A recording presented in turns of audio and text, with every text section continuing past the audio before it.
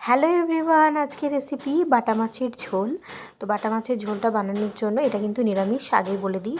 তো 3টে বাটা মাছ নিয়েছি আর একটা কাটা মাছের যে পেটিগুলো হয় সেগুলো নিয়েছি, তো কাতলাই বলতে পারো। তো আর বেগুন ব্যবহার করেছি, তো বেগুনগুলো একটু লাল করে ভেজে নিচ্ছি, মাছটাকেও ভেজে তুলে নিচ্ছি।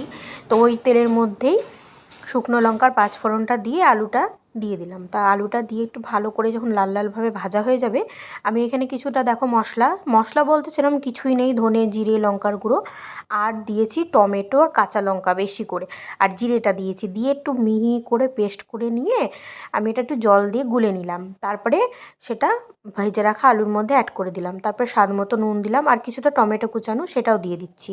তো এইগুলো দিয়ে খুব ভালো করে একটু নাড়াচাড়া করে নেব। আমি কিন্তু এখানে আদা রসুন পেস্টটা একদমই ব্যবহার করিনি। কেউ যদি মনে করো যে দিয়েছি, কিন্তু এটা ভুল। তো এটা একদমই নিরামিষ, প্রথমেই বলেছি। তো ঝোলটা ফুটে গেলে আমি ভেজে রাখা বেগুন আর মাছটা দিয়ে দেবো। তো দিয়ে কিছুক্ষণ ফুটে গেলে পরে কিছুটা ধনেপাতা কুচিয়ে রেখেছিলাম, সেই ধনেপাতা কুচিয়ে রাখাটা দিয়ে দেবো এর মধ্যে। তো তোমরা কিন্তু একবার বাড়িতে ট্রাই করো আর আমাকে কিন্তু অবশ্যই জানিও, আর ভালো লাগলে একটা লাইক করো।